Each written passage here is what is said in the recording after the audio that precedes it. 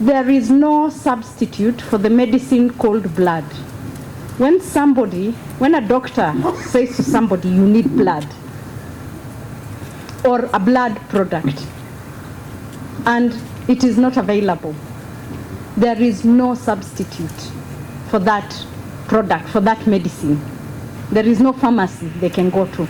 And so in reiterating the call around ensuring that we donate, it is to ask all Kenyans, please come out and donate.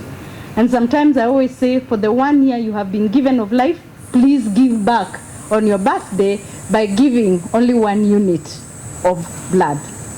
We are working with all the counties to establish either satellites or blood collection centers for those that do not have.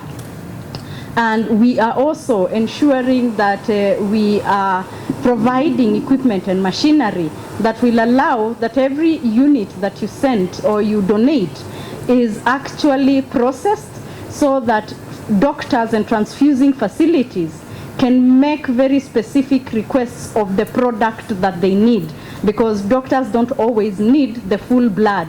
They will need different components for many of the different conditions that they might be asking of their patients.